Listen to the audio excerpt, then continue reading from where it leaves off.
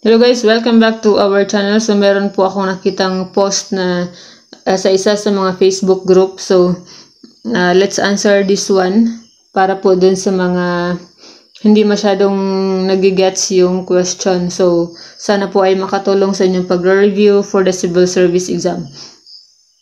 So two numbers are in the ratio 3:2. If 2 is added to the first and 6 is added to the second number, they are in the ratio 4:5. What is the product of the numbers? So two numbers. Unknown yung numbers. Tapos are in the ratio of 3:2. So let's have 3x. So let's have 3x as our first number and 2x as our second number. So if 2 is added to the first, so 3x plus 2. Dahil if 2 daw po ay added to the first and 6 is added to the second number, they are in the ratio 4:5. So magiging 4:5 daw yung kanilang ratio. So let's have this as into fraction form or in ratio form, 3x plus 2 over 2x plus 6. So yung ratio nila po ay magiging 4:5. So how are we going to solve this? So cross multiply mo lang yan, tapos i-cross multiply mo rin to. So 3x plus 2 times 5. So in multiplying this type of yung 3x plus 2 times 5, so ganito po yan. So sana po ay na-review nyo na. So 3x plus 2, dahil cross multiplication tayo, so 3x plus 2 times 5, that is 5 times 2 equals 10. So hindi ka magka-carry 1 dito sa 3. So dahil separate yan, merong plus sa gitna. So compare mo yung plus. So again, 5 times 2 is 10. Tapos i-multiply mo rin dito 5 times 3x. And that is 15x. So yung kopyahin mo yung variable na x. So 15x plus 10. So yun po yung ating 3x plus 2. 15x plus 10. Tapos, yung ating 2x plus 6 is 4. 2x plus 6 times 4. So, let's have here 2x plus 6 times 4. So, same pa rin. 6 times 4 is 24. Tapos, plus 4 times 2x is 8x. So, this is 8x plus 24.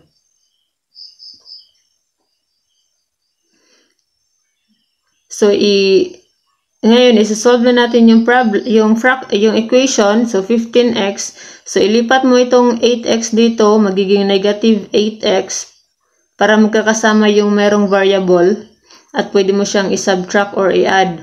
Dahil hindi mo pwedeng i-subtract or i-add itong 15x plus 10 dahil yung 10 ay walang variable. So, ilipat mo rin yung 10 dito sa kabila, magiging negative 10. So, kopyahin mo muna itong 24 minus 10. Ayan. So, now 15x minus 8x, and that is 7x, right?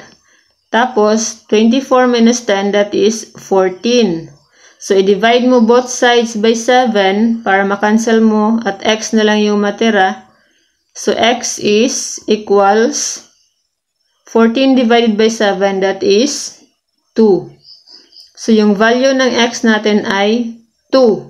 So, yan na ba yung final answer? So, syempre, hindi pa yan yung final answer. Dahil yung tanong ay, what is the product of the numbers? So, product is the result when you multiply numbers. So, yung value ng x nakuha natin. So, paano natin hahanapin yung numbers? Yung dalawang numbers. So, syempre, di ba, yung first number natin ay 3x. Yung second number natin ay 2x. So, i-substitute lang natin. So, dito na tayo. 3x. I-substitute natin yung value ng x which is 2. So, yung 3x magiging 3 times 2 equals, so yung first number natin ay 6. Tapos, yung second number natin ay 2x. So, again, i-substitute mo rin yung 2 sa value ng x. 2 times 2 equals 4. So, first number natin ay 6, second number natin ay 4. So, again, what is the product of the numbers? So, i-multiply mo itong dalawa, 6 times 4, and the answer is 24, which is letter B. Ayan. So, nakuha na po natin yung answer. Sana po ay, I hope that you are following. So, bakit, para po dun sa mga hindi nakakaintindi, pwede mo din siyang isulat as, ratio and proportion. So, wait. Delete natin lahat yan. So, two numbers are in the ratio 3:2. So, if 2 is added to the first and 6 is added to the second number, they are in the ratio. So, para hindi ka maguluhan kung bakit nagiging 3x plus 2 over 2x plus 6. So, actually, same lang po yan ng 3x plus 2 is 2. Dahil ratio is 2x plus 6. So, pareha lang po yan. So, tapos, equals, gagawa tayo ng proportion, 4:5. So, kung mas mabilis kang pero same lang po talaga yung process.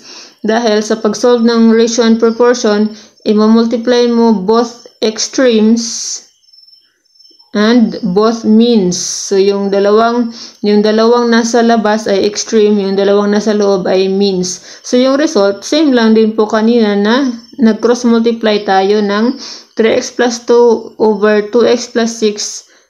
Kin-cross multiply natin sa 4 over 5. So, same lang din po yung gagawin natin kapag ratio and proportion yung ating gagamitin. So, sana po ay meron kayong natutunan at na-review at naintindihan sa ating numerical reasoning tutorial. So, thank you for, ayan, hindi na natin natakpan yung pangalan dito ng nag-post. Sir Court, i-shout out na lang po natin. Sir Court Justin Jobson. Ayan, thank you for posting this problem. And sana po ay maraming natuto sa ating tutorial. Don't forget to click the subscribe button. Meron din po tayong if you are watching this in Facebook, our YouTube channel is Janice Darcy, and if you are watching this in YouTube, our Facebook channel is Civil Service Review by Janice Darcy. So don't hesitate to message me if you need some information regarding civil service exam.